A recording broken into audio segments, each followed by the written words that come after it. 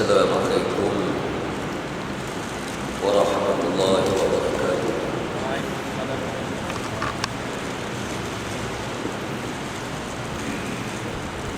Alhamdulillahilladzi yaqbalu at-taubata 'an 'ibadihi wa ya'fu 'anis sayyi'at wa ya'lamu ma taf'alun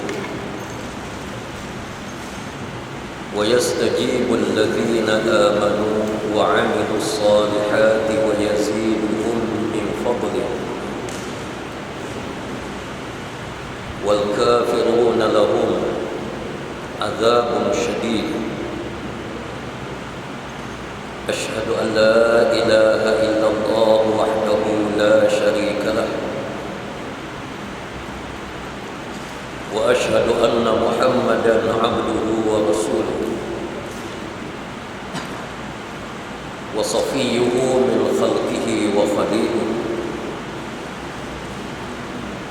بلغ الرسالة وأدى الأمانة ونصح الأمة وجاهد في سبيل الله حق جهاده والصلاة والسلام على أشرف الأنبياء والمرسلين سيدنا ونبينا محمد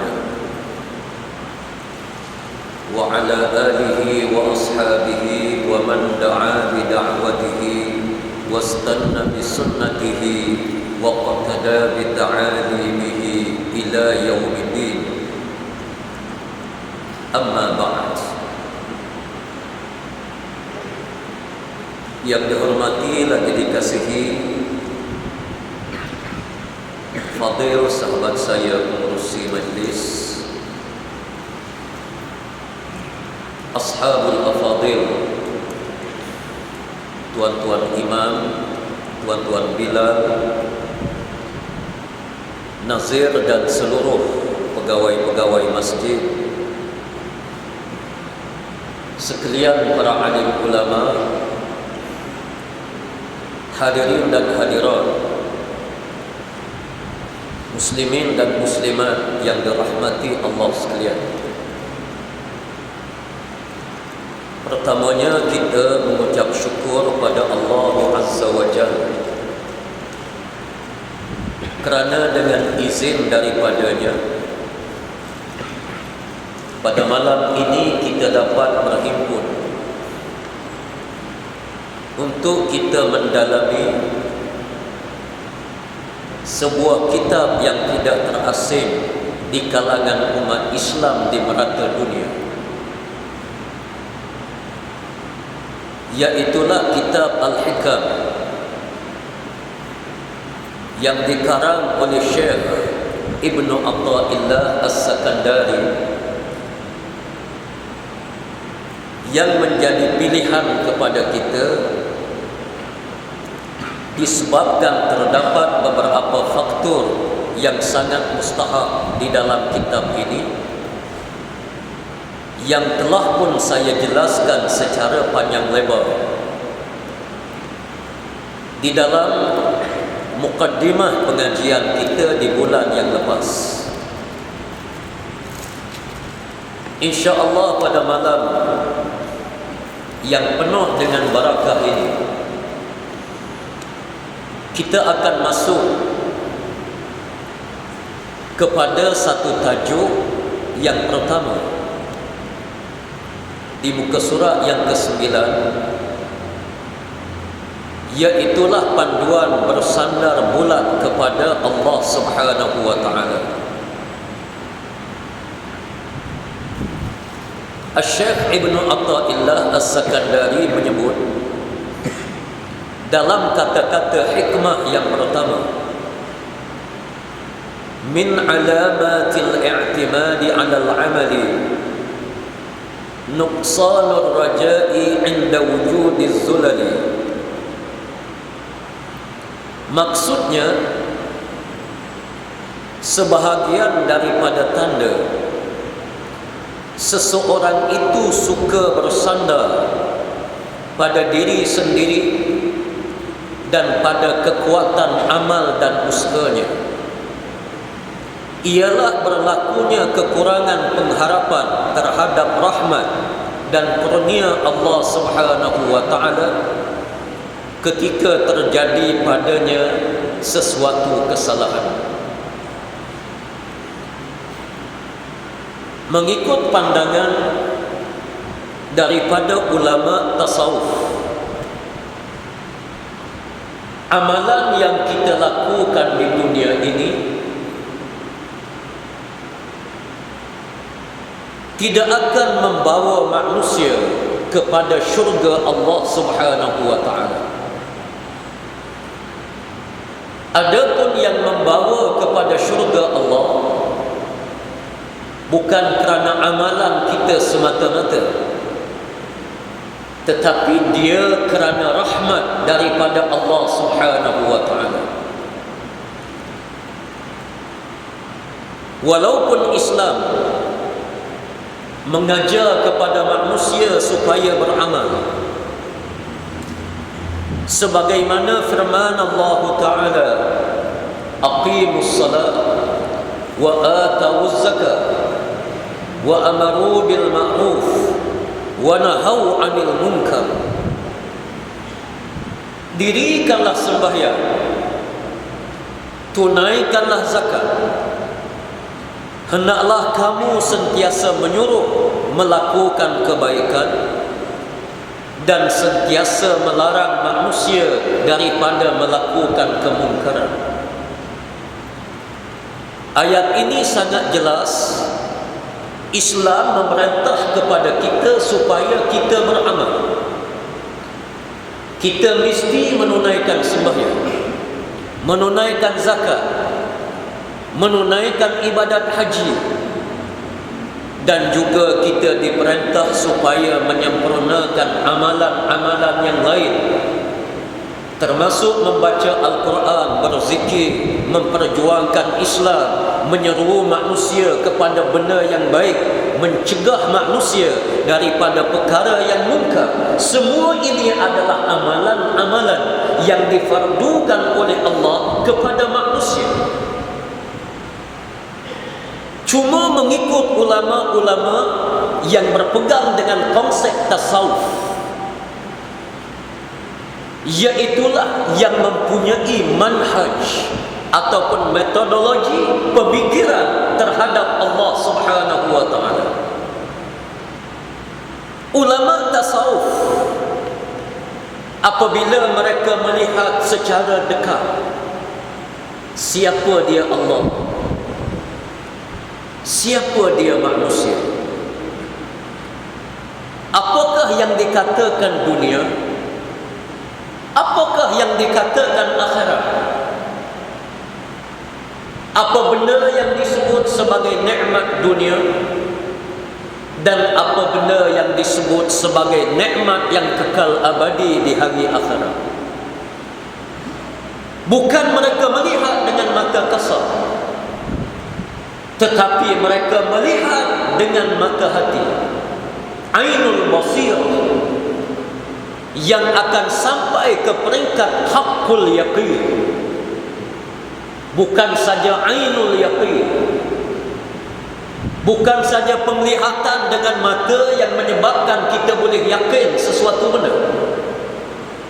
Kalau kita lihat dengan mata sudah pasti kita akan lihat hanya nikmat dunia.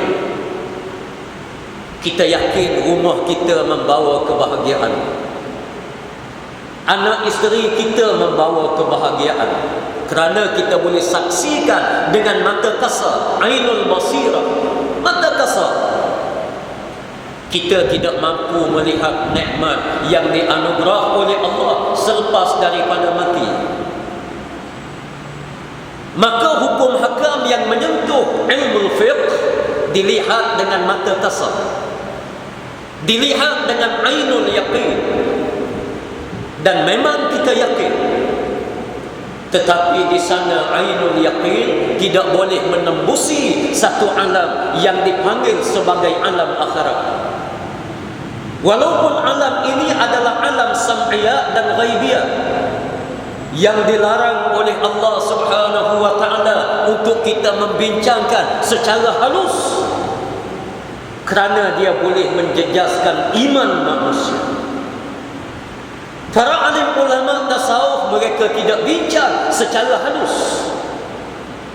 Macam mana siratal mustaqim, mereka bincang sekadar Nabi sallallahu alaihi wasallam sebut melalui hadis, tetapi mereka melihat dengan mata hati yang menyebabkan timbulnya haqqul yaqin, keyakinan yang sebenar dengan Allah Subhanahu wa taala, yang menyebabkan sampai ke satu tahap mereka menghayati perintah daripada Allah ini sampai ke tahap mereka kasih kepada Allah Subhanahu wa taala.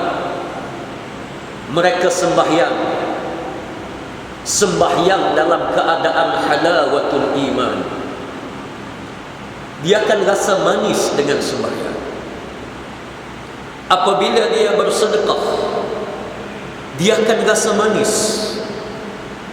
Dia tak rasa hari ini aku bersedekah habis harta aku. Tak.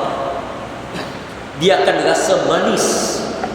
Syukur pada Allah, alhamdulillah, Allah anugerahkan kepadaku nikmat harta benda. Aku dapat jadikan harta ini bekalan untuk hari akhirat, iaitulah hari yang kekal abadi, hari yang kita akan hidup selama-lamanya. Sudah tentulah hari yang kita hidup selama-lamanya ini lebih mustahak daripada hari yang kita hidup sementara. Dunia kita hidup tak lebih daripada 80 tahun. Saya berhati pada malam ini seorang aku tak ada 80 tahun. Wallahu a'lam. Kalau ada pun mungkin seorang. Kalau 90 garanti tak ada. Maknanya 90 tahun orang kawasan ni mati. 90 tahun kita hidup di dunia, kita ada harta. Adakah kita nak belanjakan harta kita untuk zaman 90 tahun sahaja, ataupun kita nak bagikan harta kita, ada benda yang kita belanja di zaman 90 tahun dan ada harta kita yang kita belanja di zaman yang kekal abadi, juta-juta tahun, trilion tahun yang tidak ada kesudahan, khalidina fiha, kekal abadi. Ulama tasawuf yang melihat perkara ini dengan haqqul yaqin, bukan dengan mata kasar, dengan haqqul yaqin,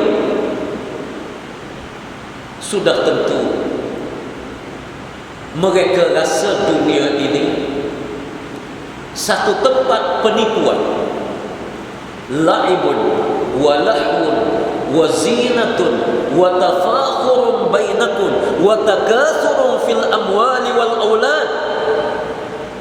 Dunia ini adalah tempat permainan, tempat kita leka, tempat perhiasan sementara, tempat manusia ini berlumba-lumba untuk mencari kemegahan sementara, untuk manusia berlumba-lumba supaya anak-anak mereka ramai, harta mereka banyak. Tetapi dia adalah sementara.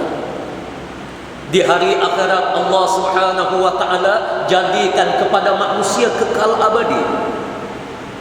Tidak ada tua, tak ada tua, tidak ada sakit. Bagi siapa?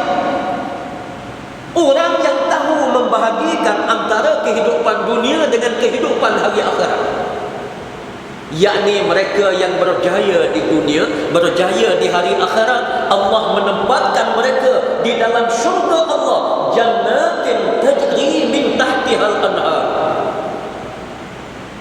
syurga yang mengalir di bawahnya anak-anak sungai yang kekal abadi. Ulama tasawuf memberi fokus tentang perkara ini. Oleh kerana zaman hari akhirat ini satu zaman yang begitu keadaannya,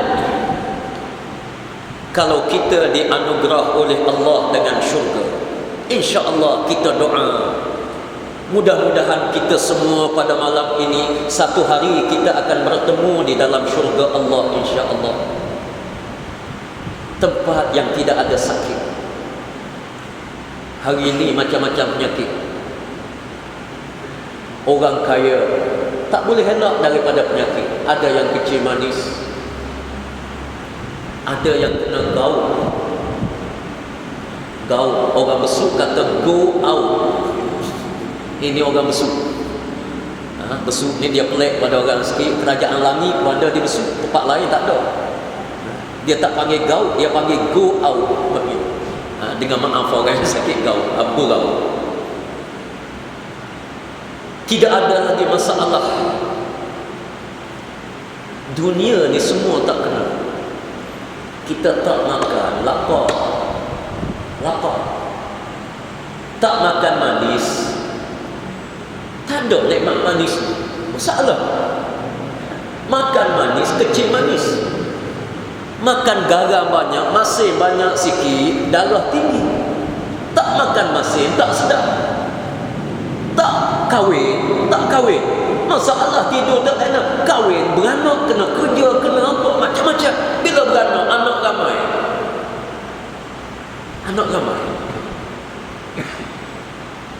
Saya pun ramai, ada 10 orang. Masya Allah, yang ni balik sekolah pukul 12.30, yang ni pukul 1, yang ni pukul 1.30, yang ni pula tuition pula pukul 2, yang ni pula tuition pukul 2.30, atau dia ambil subhanallah, kelam kabut. Sebab apa? Allah jadikan dunia ini bermasalah. Makin ramai anak, makin banyak masalah. Makin banyak masalah. 10 orang. Itu tanda sibuk dengan ceramah. Kalau tak sibuk berkali 18.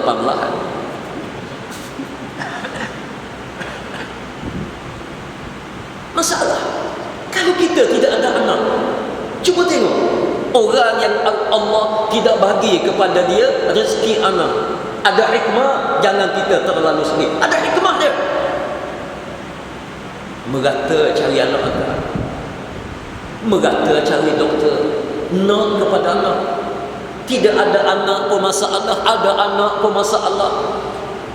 Ada harta, takut kepada pencuri pula, merampok, menyambung macam-macam. Tak ada harta, susah juga. Ini dunia. Tak ada yang kena. Tak pakai kereta, masalah. Pakai kereta, dia rusak, masalah juga. Hari akhirat Allah Subhanahu wa taala tarik masalah.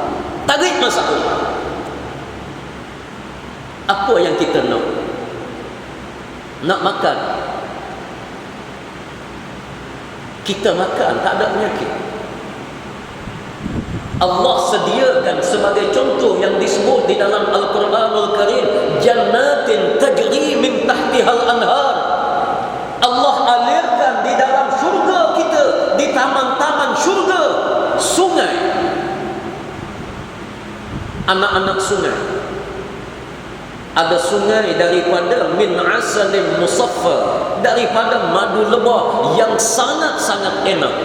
Madu lebah, kita nak minum satu baldi tak kena kecil mani.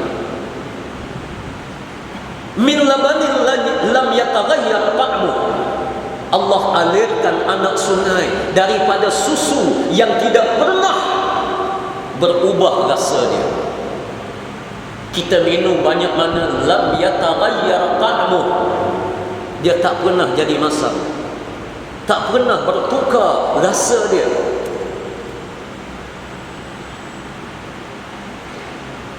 Min khamrin lazzatin lisyaribin. Ada anak sungai daripada Arab yang sangat-sangat istimewa. Kalau kita minum banyak mana sekalipun, kita tak akan mabuk, tak akan ada masalah walaupun sebesar zarah. Sampai ke tahap Allah tawarkan kepada manusia di dalam syurganya Kita manusia boleh berpindah daripada satu zaman ke satu zaman. Kita meninggal dunia, ada orang yang meninggal dunia umur 100 tahun. Pakai tukar bokok belakang 100 tahun. Gigi tak ada sebatang. Nak makan mi, gigit mi pun tak putus dah. Tak ada apa duduk atas dunia, tak ada apa dah. Dia duduk dengan isteri dia pun belakang. Isteri pun paling belakang, dia pun paling belakang. Tak ada apa-apa power. Makan tukar adi pun tak jadi. Masuk syurga Allah. Yang Nabi SAW menyebut dalam hadis, orang tua tak masuk syurga.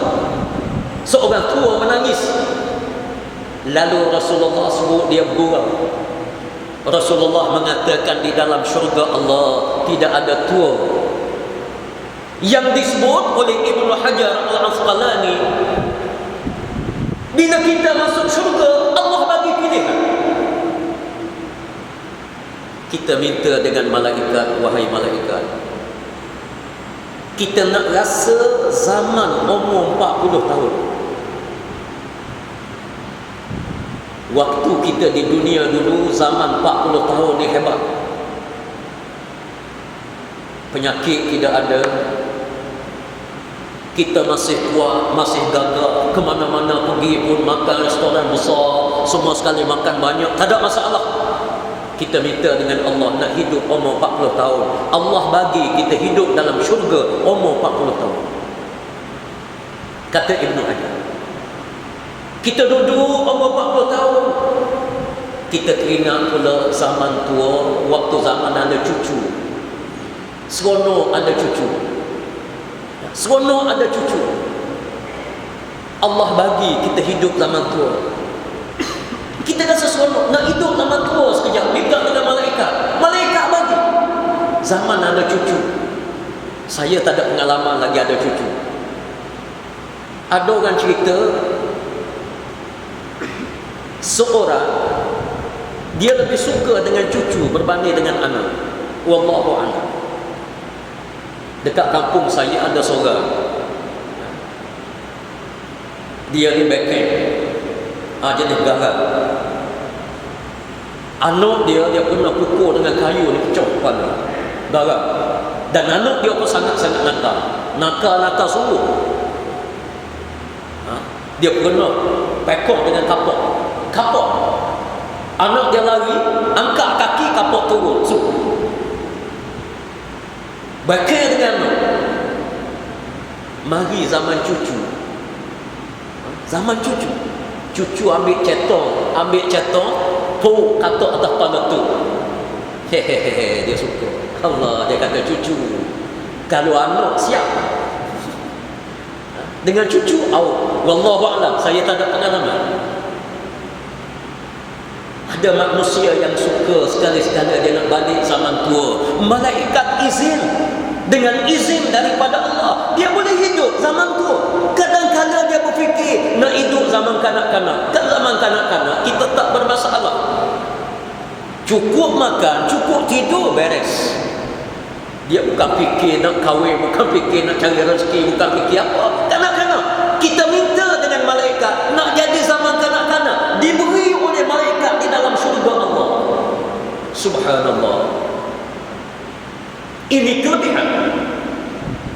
Ulama tasawuf apabila dia lihat benda ini, inilah yang disebut oleh Syekh Ibnu Athaillah As-Sakandari dalam kitab dia Min Alamatil I'timadi 'alal 'amali Nuqsanur Raja'i 'inda wujudiz zulali. Dia pesan kepada kita, amalan yang kita lakukan di dunia ini tidak akan mendorong kita untuk masuk syurga Allah. Sebab cuba kita bayang, syurga Allah yang sifat dia begitu, adakah Allah Subhanahu wa ta'ala nak bagi semata-mata kita sembahyang 5 waktu? Berapa minit 5 waktu? Kita nak buat rumah atas dunia ini, kita bekerja daripada jam 8 sehingga kepada jam 5. Ada orang overtime lagi, lama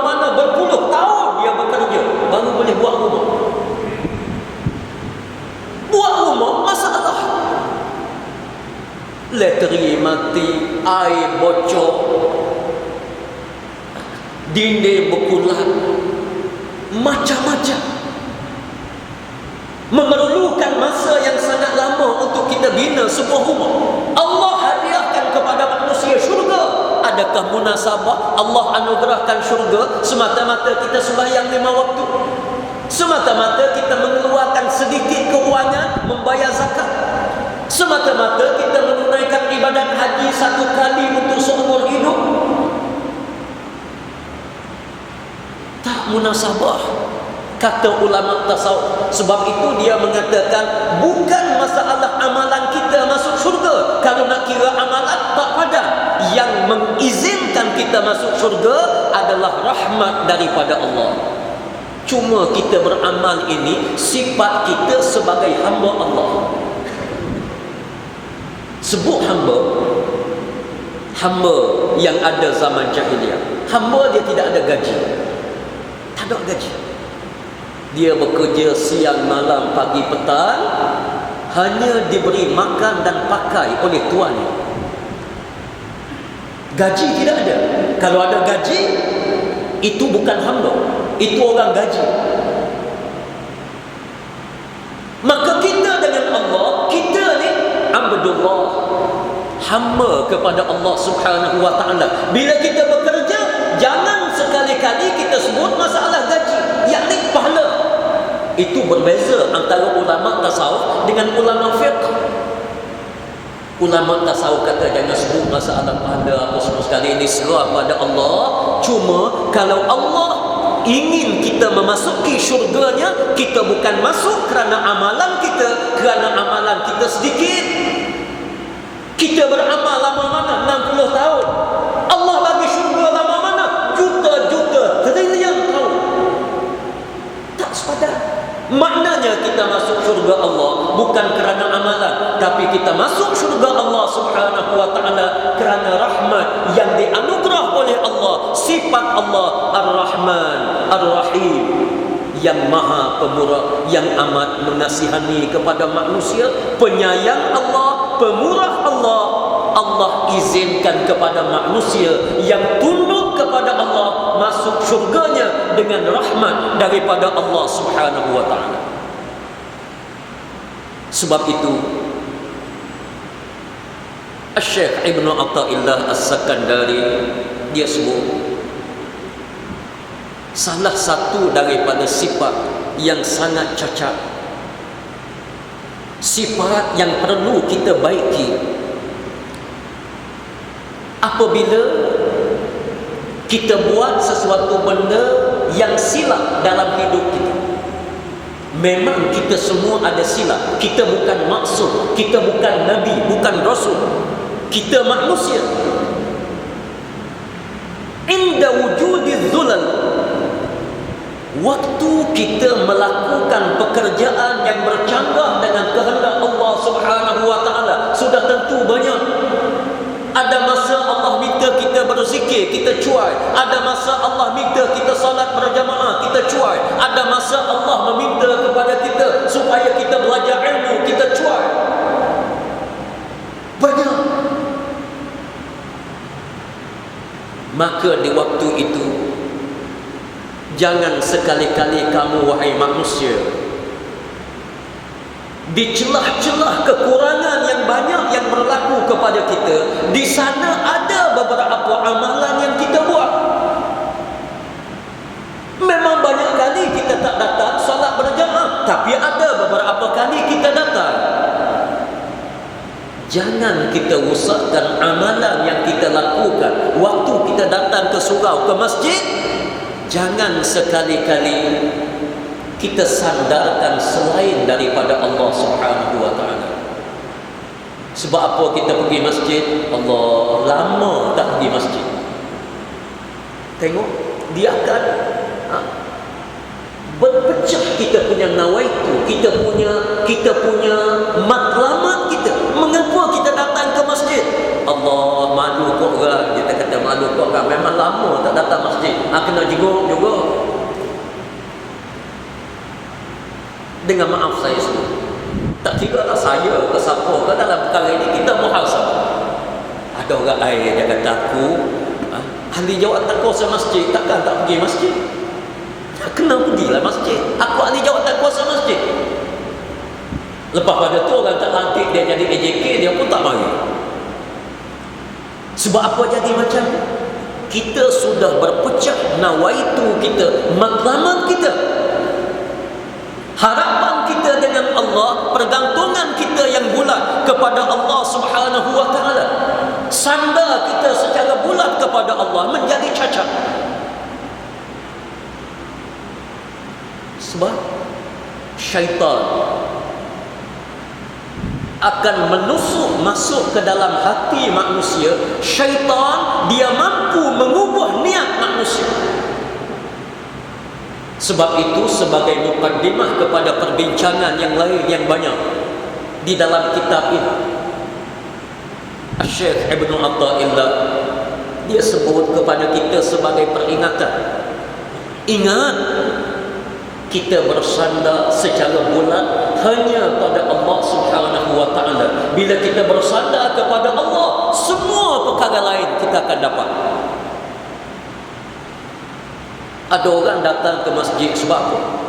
Memang diiklankan hari Jumaat baru ni, diiklankan insya-Allah kita malam sekian-sekian kita ada majlis ilmu. Lepas daripada pengajian majlis ilmu ada jamuan.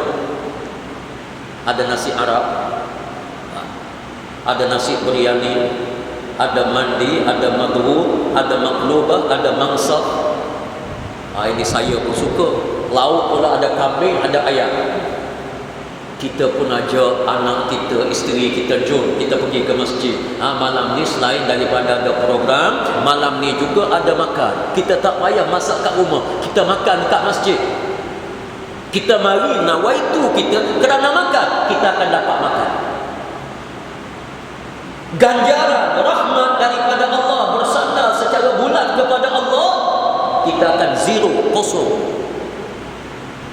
Diingatkan kepada kita, jangan sekali-kali kita bersandar selain daripada Allah. Tapi kalau kita datang ke masjid, kita datang kerana Allah Subhanahu wa taala, bulat kita sandar pada Allah, kita akan dapat ganjaran dengan Allah. Nasi mandi pun kita dapat, biryani pun kita dapat, makan kambing pun boleh, segala-galanya kita dapat.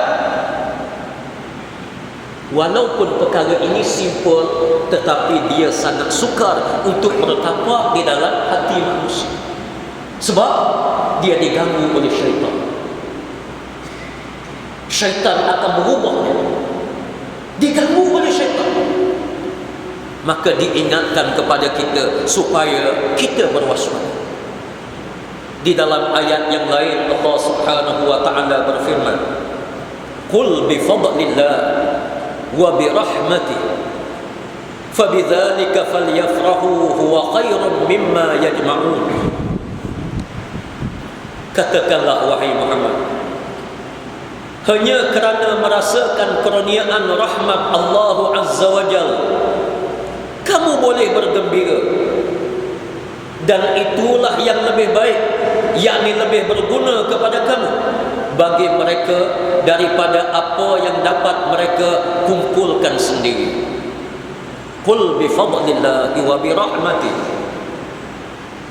Ayat ini diturunkan oleh Allah kepada Nabi sallallahu alaihi wasallam ketika mana Rasulullah diberi oleh Allah nikmat yang berbagai-bagai bersama-sama dengan para sahabat yang lain.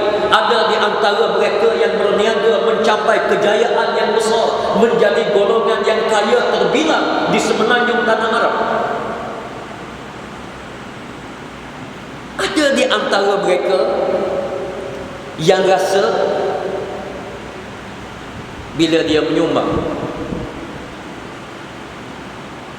ada orang yang tanya Nabi sallallahu alaihi wasallam, kalau dia menyumbang sekian banyak, adakah layak dia untuk masuk syurga Allah? Ada orang yang pernah bertanya Rasulullah, wahai Rasulullah, sekiranya aku berpuasa ala tulid dahr, sepanjang masa, tiap-tiap hari puasa, adakah layak untuk masuk syurga Allah Subhanahu wa taala? Ada orang tanya, wahai Rasulullah, saya nak beribadah, saya tak nak kahwin, saya nak duduk dalam masjid, saya nak ibadah kepada Allah, adakah melayakkan saya masuk dalam syurga Allah Subhanahu wa ta'ala? Nabi sallallahu alaihi wasallam memberi jawapan kepada mereka, qul bi fadlillahi wa bi rahmatih. Selepas daripada Rasulullah tegaskan, aku, kata Rasulullah, Nabi dan Rasul, manusia yang paling sempurna di atas muka bumi. Aku sembahyang di waktu malam, aku tidur. Aku tidur. Time tidur, aku tidur. Waktu sembahyang, aku sembahyang. Waktu bersama dengan anak isteri, aku bersama dengan anak isteri. Waktu ke medan peperangan, aku pergi. Kemudian aku balik. Aku beristirahat. Rasulullah juga menyebut, aku berpuasa, aku juga berbuka puasa. Ada waktu Rasulullah tak puasa banyak. Bukan kata Rasulullah ini puasa tiap-tiap hari, tak. Hatta Isnin dengan Khamis, banyak kali Rasulullah tak berpuasa. Kenapa?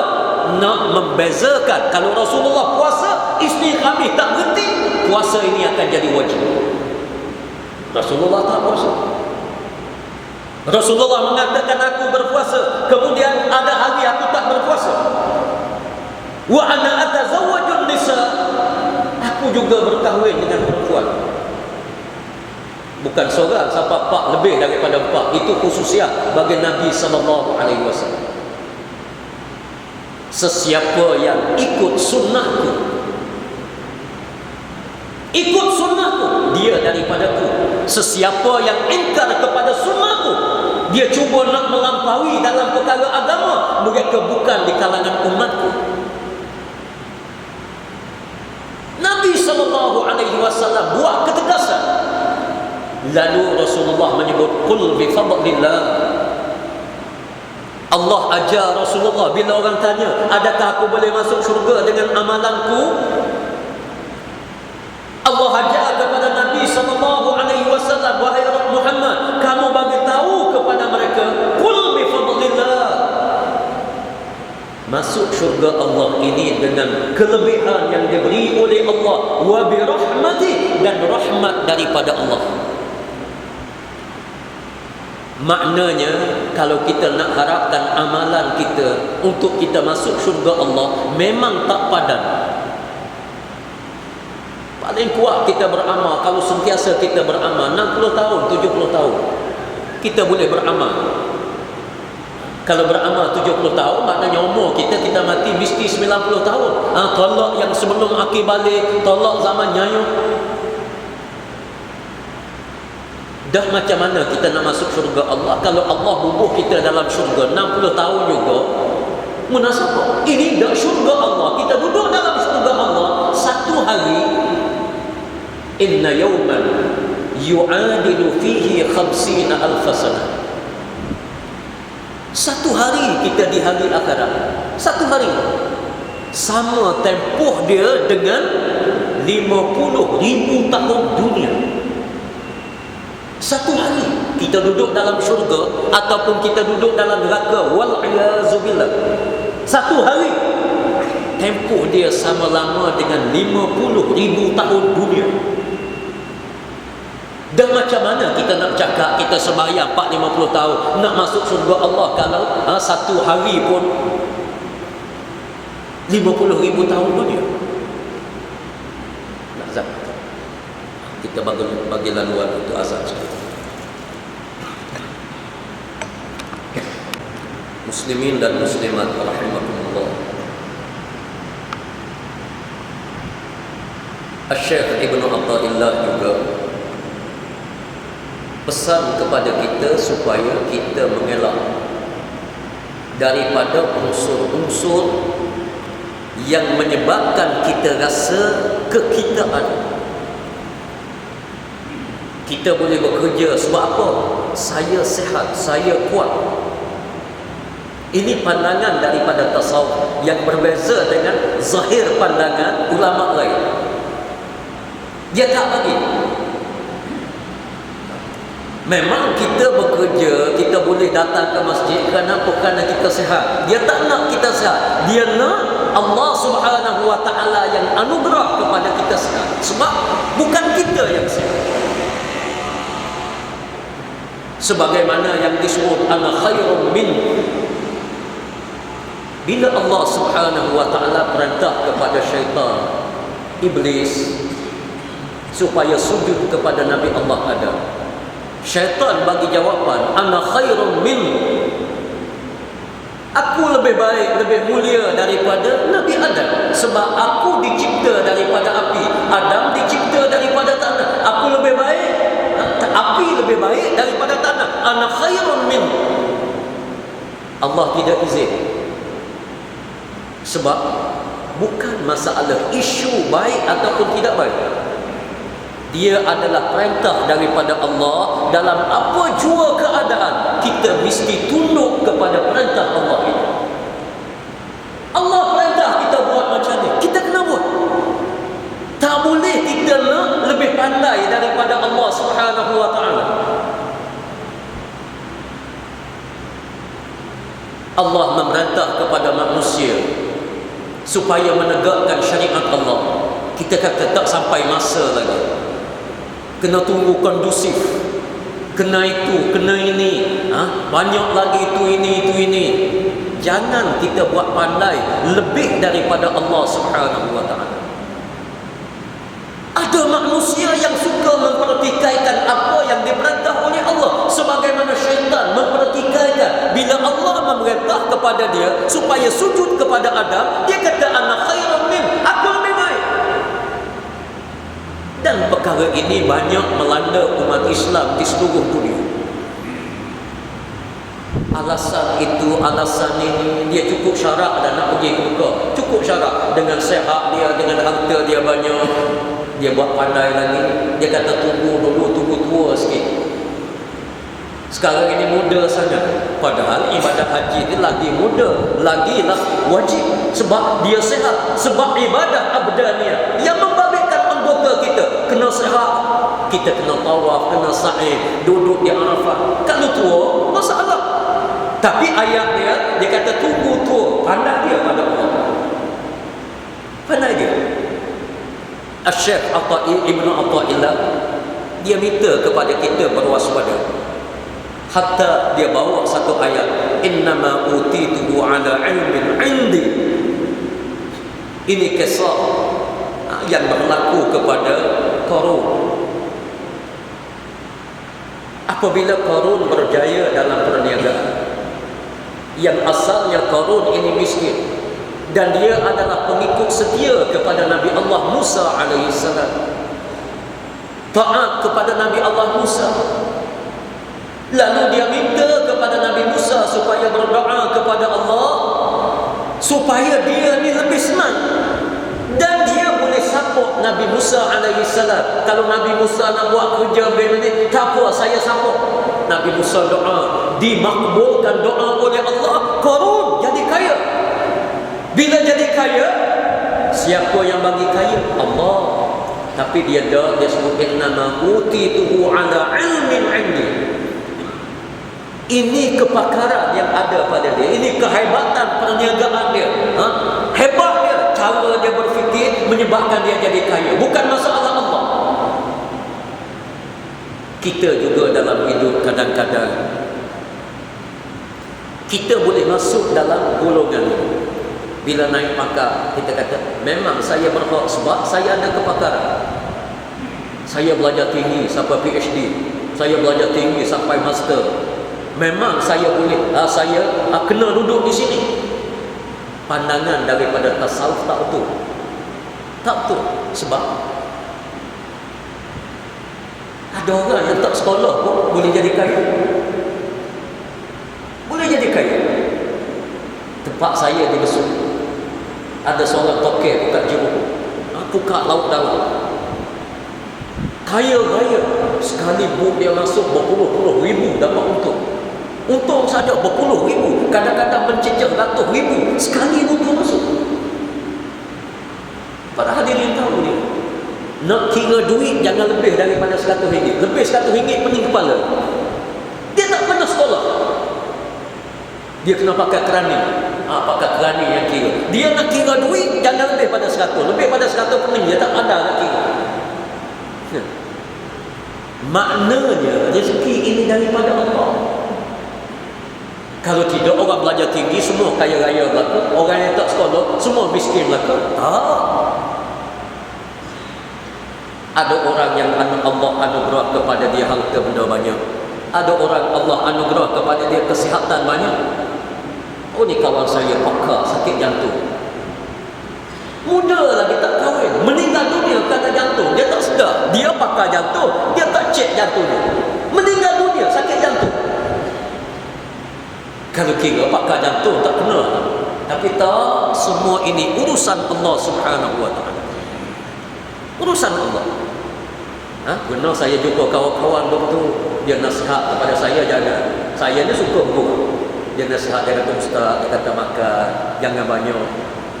Jangan banyak. Dia kata makan sikit dah hujung. Saya dengar, dia kata yang lemuk-lemuk jangan makan begini-begini. Saya dengar. Lepas tu saya kata, minta maaf nak tanya hantar sekali. Kata hantar makan banyak, makan berapa pinggan? Kata makan nasi. Dia pun suka. Dia kata 2 pinggan. Dia 2 pinggan, dia nasihat orang, janganlah. Doktor pakar kecil mani, kena kecil mani pun. Pakar jantung, mati sakit jantung pun. Sebab apa? Ini adalah daripada Allah Subhanahu wa taala. Ada orang kampung tak tahu apa benda, hidup sampai 120 tahun. Dekat kampung saya ada seorang baru meninggal dunia baru dia, umur dia dekat 120 tahun. Kalau nak kira kehidupan dia minum air dalam kolam yang tempat kerbau pergi berlumpur. Bila kerbau lari, air yang takut jadi jernih, dia pergi minumnya. Tak kena sakit. Sebab itu Allah Subhanahu wa taala tegur. Kalau korun mengatakan kaya dia kerana kepakaran dia, innama utituhu ala ilmin indi. Quran mengatakan tak betul kita bercakap macam tu. Maka hari ini apa benda sahaja kita diminta bersandar pada Allah. Allah bagi kita sihat, syukur, alhamdulillah kita sihat. Allah anugerah kepada kita nikmat hidayah, kita dapat datang ke masjid, kita mengatakan syukur, alhamdulillah. Allah sayang kepada kita, Allah pilih kita datang ke masjid. Barulah kita ini bergantung bulat pada Allah Subhanahu wa taala. Kita tak syirik pada Allah Subhanahu wa taala. Hadza min fadli rabbi liyabluwani aashkuru am akfur wa man syakara fa innama yashkuru li nafsihi wa man kafara fa inna rabbi ghaniyyun karim. Apa benda yang Allah anugerah kepada kita, kita sebut hadza min fadli rabbi. Kita dapat beli kereta, alhamdulillah, syukur. Ini kelebihan yang Allah bagi pada kita. Kita dapat rumah, ini daripada Allah. Kita dapat anak, ini daripada Allah. Kita ada rezeki daripada Allah. Kesihatan kita daripada Allah. Mengapa Allah buat macam tu? Liyabluwani. Kena ingat. Jangan kita syukur saja. Dapat harta, syukur, alhamdulillah. Syukur satu. Yang kedua, liyabluwani. Ingat, Allah bagi harta, Allah nak uji kita. Allah bagi kesihatan, Allah nak uji kita. Allah anugerah anak, Allah nak uji kita. Allah anugerah apa saja nikmat, liyabluwani. Kena ingat, ini ujian daripada Allah. Sebab kalau kita tak ingat ujian, boleh jadi kita akan lupa. Kita akan terpesong. Kaya, akhir sekali tak mari masjid. Dulu waktu miskin, duduk sah depan. Orang tak azal lagi mari dah duduk depan. Bila kaya, tak tahu ke mana. Maka bila kita kesenangan, kita ingat liyabluwani. Di samping Allah anugerah nikmat, Allah nak uji aku. Aashkuru am akfur. Adakah kita bersyukur pada Allah ataupun kita kufur kepada Allah? Sihat kita, adakah kita syukur pada Allah ataupun kita kufur? Allah bagi nikmat kepada kita yang tidak dianugerah kepada orang lain. Adakah aku syukur pada Allah ataupun aku kufur? Allah ingat, wa man syakara fa innama yashkuru li nafsihi. Kita bersyukur bukan untuk orang lain. Kita bersyukur untuk diri kita. Sebab bila kita bersyukur pada Allah, la in syakartum la azidannakum. Bila kita bersyukur, Allah akan tambah. Allah bagi rezeki kepada kita, kita syukur, Allah tambah. Wa man kafara fa inna rabbi ghaniyyun karim. Allah mengatakan kalau kamu kufur kepada Allah, Tuhan Rabbi, Tuhan kita ini Ghaniyyun karim, dia tak berhajat kepada kita. Kena ingat, Allah tak berhajat kepada kita. Kita baik macam mana sekalipun, dia tidak menambahkan kuasa Allah walaupun sebesar zarah. Kita jahat macam mana atas dunia ini, dia tidak mengurang kuasa Allah walaupun sebesar zarah. Dan di mana kita? Maknanya kita ini makhluk yang tak ada apa. Ni malam ni, kalau saya Allah tak cipta, saya Allah tak cipta, tak hidup atas dunia ni, orang lain akan belajar di sini. Tak ada benda. Tak ada benda. Masjid Khairiyah ni orang lain. Begitu juga kita yang ramai-ramai. Kalau Allah tak cipta, tak ada masalah. Maka bila kedudukan kita ni tidak ada nilai dengan Allah Subhanahu wa taala, jangan kita nak pandai-pandai. Bila kita sembahyang, kita nak minta ganjaran dengan Allah. La, kita sembahyang, biarlah kita bersandar pada Allah, serah pada Allah Subhanahu wa taala. Kalau kita masuk syurga dengan bifadlillah, kelebihan daripada Allah, rahmat daripada Allah. Jangan kita mengatakan kita sembahyang tak tinggal insya-Allah syurga. Tak betul. Pandangan daripada ulama tasawuf. Kalau kita bersyukur, Allah akan tambah. Kalau kita kufur, kata Allah, Allah sama sekali tak berhajat kepada kamu, dan kuasa daripada Allah tak akan terjejas apa. Maka hadirin dan hadirat, muslimin dan muslimat rahimakumullah, kita ambil dulu pengajaran dalam hikmah yang pertama. InsyaAllah selepas daripada ini, bulan hadapan ini, kita akan sambung hikmah yang kedua, yang akan disebut oleh Syekh Ibnu Athaillah As-Sakandari, yang sememangnya kita akan rasa benda-benda yang disentuh oleh Ibnu Athaillah ini membabitkan kita, membabitkan hati kita. Biarlah kita didik hati kita, kita betulkan hati kita supaya kita benar-benar menjadi hamba Allah Subhanahu wa taala yang berguna insya-Allah. Hadirin hadirat, muslimin dan muslimat rahimakumullah, saya kira sekadar itu saja pada malam yang mulia ini. Cuma pada malam ini kesempatan saya datang, dan insya-Allah setiap kali saya datang di sini, saya nak mengajar hadirin dan hadirat berkongsi satu kebajikan, kebajikan yang besar, di mana saya diamanahkan oleh kawan-kawan ulama-ulama, tuku pondok, pensyarah-pensyarah universiti. Pernah kita buat satu seminar di Kota Baru Kelantan, seminar berkenaan dengan dakwah kepada masyarakat bukan Islam. Pokoknya dalam seminar ini kesimpulannya, dakwah kepada orang bukan Islam ni tak berlaku. Kita terabai dalam perkara ini dan kita lepas pandang. Kita seronok mari masjid, kemudian kita pakat balik dulu. Mari dekat kuliah kita balik.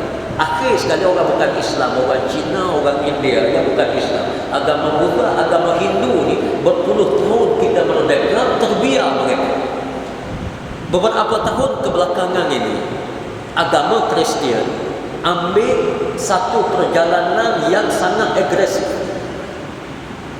Dia hantar missionary pergi jumpa dengan orang-orang Cina, orang India ni. Dia ada satu jentera dia, dan setiap buah gereja yang ada di Malaysia ini, dia ada satu pejabat khusus yang mengendalikan urusan missionary. Rekasnya saya nak sebut, masyarakat Cina yang ada di negara kita pada hari ini, yang kaya-kaya, sangat ramai mereka masuk Kristian. Ramai sungguh. Jumlah ini dapat dikesan apabila saya buat tesis PhD saya. Tesis PhD.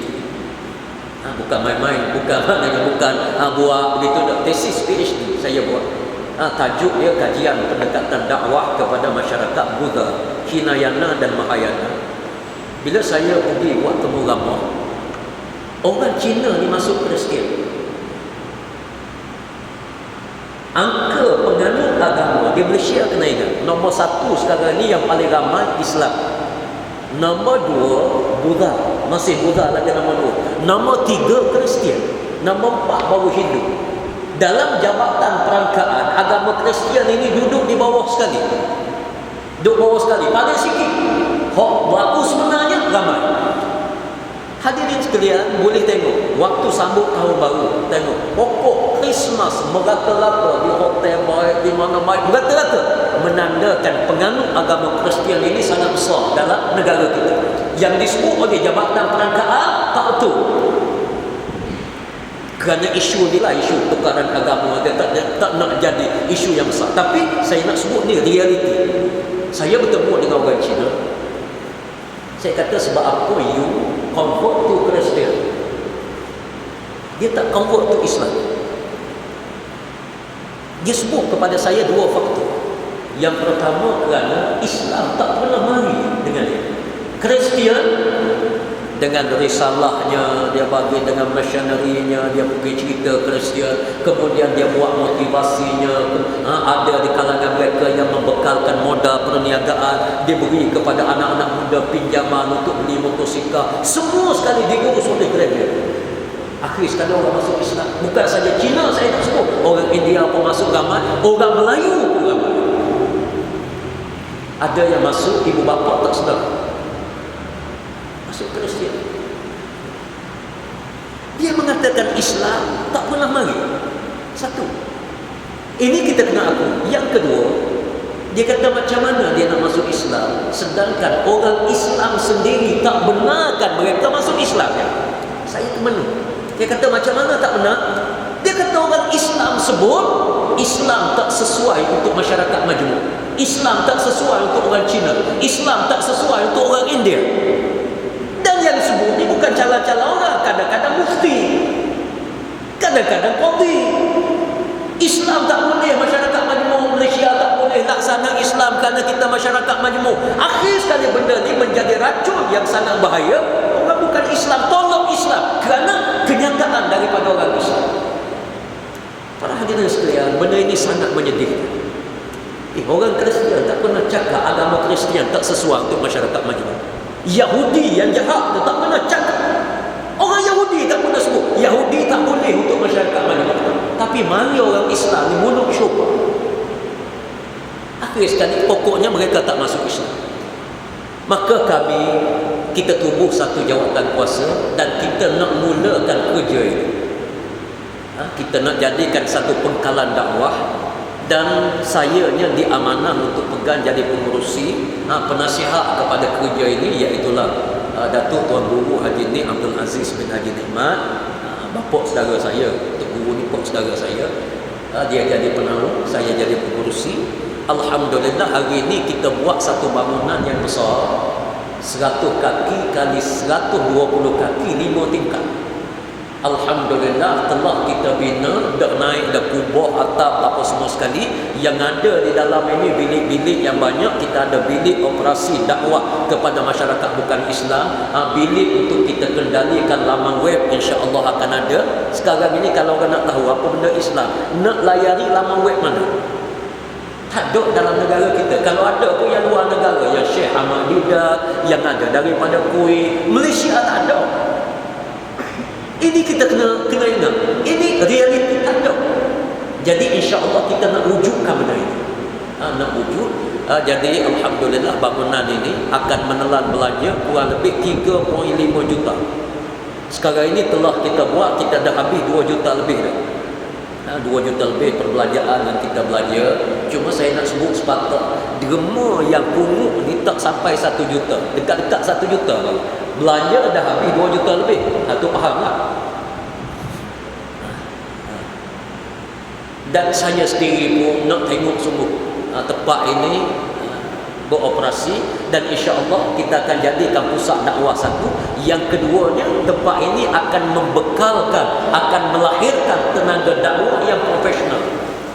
Saya akan buat sekolah masa depan akan jadi college tahfiz, tapi bidang dia dakwah kepada non-muslim. Saya kena buat begitu. Maknanya pelajar ni bila dia lepas sana belajar, kita akan hantar pergi ke China, dia belajar kerusu bahasa Cina, dia balik, dia boleh banding antara agama Islam dengan agama Buddha dalam bahasa Cina. Dia nak bercakap dengan orang India, dia boleh bercakap dalam bahasa India. Kita akan hantar pergi ke India. Sampai tahap tu cita-cita saya yang saya nak buat. Saya minta hadirin dan hadirat pakak doa supaya kami ada kekuatan, kerana benda ni benda yang payah, benda yang payah, benda yang sukar, benda yang akan kita berhadapan dengan ujian yang sangat banyak. Cuma pada malam ini saya nak umumkan kutipan dana untuk tujuan ini. Sesiapa yang nak menyumbang, nak bagi keuangan bentuk zakat dan sebagainya, boleh hubungi. Kalau yang nak bagi banyak-banyak tu, saya minta pergi tengok, pergi tengok sendiri. Dan kalau boleh, kalau nak beli bahan-bahan mentah pun pergi hantar pun, kita sangat alu-alukan. Tapi kalau nak beli bahan mentah tu, kena kontak saya dulu. Nanti beli benda yang kita tak guna pula. Besi kita tak guna dah, dah clear, dah habis semua dah. Adalah benda-benda lagi banyak. Urusan finishing ni banyak lagi. Aircon dah ada orang nak sponsor, insya-Allah tak bubuh lagi. Barang-barang elektrik ni masih banyak lagi kita perlu. Nak bagi duit pun boleh, nak bagi bahan mentah pun boleh, insya-Allah. Dan malam ni sesiapa yang nak berderma bolehlah letak di atas jaga di depan ni ke. Dan kita ada brosur. Ada brosur yang siapa nak ambil brosur, cuma brosur tu gambar tu lama. Gambar ni sebelum daripada Ramadan dia lepas lagi. Jadi sekarang ni gambar tu dah bertukar banyak dah. Bangunan ini dah naik dengan kubah, dengan atap, apa semua sekali dah tu dah. Alhamdulillah. Jadi saya mengalu-alukan kepada penderma, dan bagi orang yang menderma untuk arwah dan sebagainya, kami buat begini. Saya setiap kali saya mengajar di Besut, yang orang dengar pun ramai, boleh tahan antara 300-500 orang yang dengar kuliah saya mengajar. Lepas saya mengajar, saya buat tahlil. Buat tahlil, saya niat khusus kita hadiah kepada penderma-penderma yang telah meninggal dunia. Mudah-mudahan insya-Allah anak-anak dia, keluarga dia menyumbang, kita balas balik kepada keluarga dia, kepada keluarga. Dan insya-Allah amalan ini saya akan buat sehingga akhir hayat saya, insya-Allah. Bila siap bangunan ini, lagi banyak benda-benda yang kita buat. Kita niat khas sedekah kepada semua penderma-penderma yang menderma untuk tujuan pembinaan ini, insya-Allah. Jadi itu saja yang saya nak umumkan. Aqul qauli hadza wa astaghfirullah li wa lakum. Wassalamualaikum warahmatullahi wabarakatuh. A'udzubillahi minasyaitonir rajim. Bismillahirrahmanirrahim. Alhamdulillahirabbil alamin, wassalatu wassalamu ala sayyidil mursalin sayyidina wa nabiyyina Muhammad wa ala alihi wa sahbihi ajma'in. Allahumma zakirna ma nasina wa 'allimna ma jahilna. Allahumma zidna 'ilma wa zidna fahma wa zidna rizqan halalan tayyiban. Rabbana ighfir lana dhunubana wa israfana fi amrina wa thabbit aqdamana wa ansurna 'alal qawmil kafirin. Allahumma dabbirna fa inna la nuhsinu tadbir. Allahumma yassir lana wa la tu'assir 'alaina. Allahumma tammimna bi khair. Allahumma rabbana hab lana min azwajina wa dhurriyyatina qurrata a'yun waj'alna lil muttaqina imama. Rabbana atina fid dunya hasanah wa fil akhirati hasanah wa qina adzaban nar. Sallallahu ala sayyidina Muhammad wa ala alihi wa sahbihi ajma'in. Walhamdulillahi rabbil alamin.